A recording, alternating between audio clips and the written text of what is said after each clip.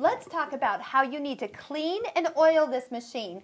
First off, I always tell people that if they take the spool off the machine backwards, all the lint that's gathered up by your foot is going to come traveling up through your machine. So I like to take my scissors and clip the thread up at the spool and then pull this thread out the needle. Do you notice nothing gets dragged up into my machine?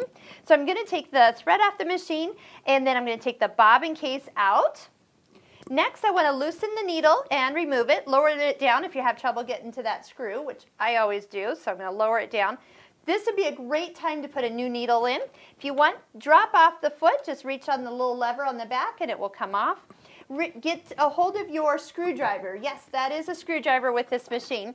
And loosen up both the screws that are attached to the throat plate. There's a lot of lint that's going to gather underneath because of the feed dogs and all the lint that you have in with your fabric. Usually you can just spin these with your finger once you have it loosened. And this plate will just lift right on off. Next, what we want to do, you see these two black arms sitting in front of the race area. That's what they call it. We're going to take our thumbs and push one to each side. And that might even come right on out. That's our first piece. You'll notice it has a little heel, our nub, that will fit right back into place when we reattach. And then this part here is the hook. This little guy is where it does all the work. He's really sharp right here, so try not to drop it on a concrete floor. That could actually damage it. If you ever hit a pin or something, sometimes your needle will come down and deflect off this. If you ever get a rough spot, we definitely will have some issues with your sewing machine, maybe not having the stitches formed exactly. Now, the place you need to clean is all this area. Something like the dust it brushes. These are great. These are like little Swiffers for sewing machines. Love them. You also have a little brush in with your machine so you can get back in all the crevices. So give it a good little whirl. Avoid blowing into it. You definitely don't want to use canned air. That's going to push more in than out. So no canned air for these machines. There is that nice little miniature vacuum attachment. These are handy so you can actually attach them to your hosed vacuum. And great for other things too in your house that need a little extra cleaning. Now for oil, you have a little bit of oil that comes with the machine. This is sealed, so you are going to need to put a little pin in there. I'm not going to do that right here, but what you're going to do is put a couple drops of oil on the outside perimeter of this hook here. This part goes back and forth against metal. So it's metal against metal, and of course if there's oil there, then the lint absorbs the oil and you're in a constant battle going back and forth. So get that nice and lubricated. You can put a couple drops even on your finger and then even just touch it. So anything along there lubricated is going to be great. So now to put it all back together, I'm going to lean the machine slightly back. You can let gravity do the work for you. I'm going to bring my needle all the way up. This is half of the moon. This is the other half of the moon. I'm going to find the sweet spot where this hook is going to hook underneath down below. And it sits in this whole little circular area only one way. Once it sits in there perfectly, you'll see that it's nice and flush with the outside edge. Once it's there, then you can take the race.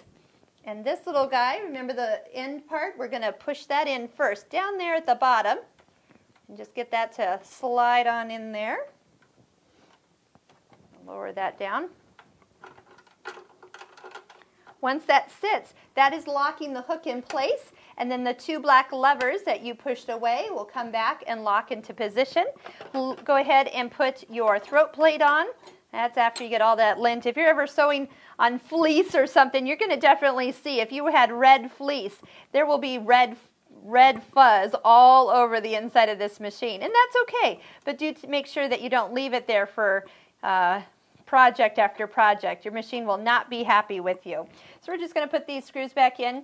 Tighten them up, make sure they don't are too loose. They can vibrate loose at a later time. And once we get them started, then we'll use the little screwdriver to set those down a little bit tighter here.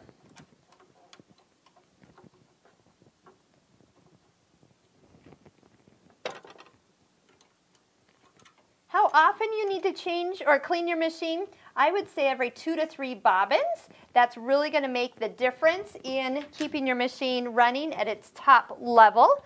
You will notice it. And then once a year, have your machine cleaned on a regular basis by your local Bernina dealer, probably the place you bought it, and then they will take care of it on all the insides. What I like to do is I always put the foot on and I put the needle in last. We're reaching for a brand new needle to put in after we've done our little cleaning and oiling. And then that way everything is back and set. Go ahead and thread up the machine, test it out. I would recommend sewing on a sample piece of fabric. Sometimes you'll see a little oil on there and it will discolor your thread. And so just sew probably back and forth 3-4 times and that will return the thread color to a normal, and that oil, any extra oil will have come out on this fabric and not the project you're working on. All right, so make sure you take care of her. She'll take care of you if you take care of her.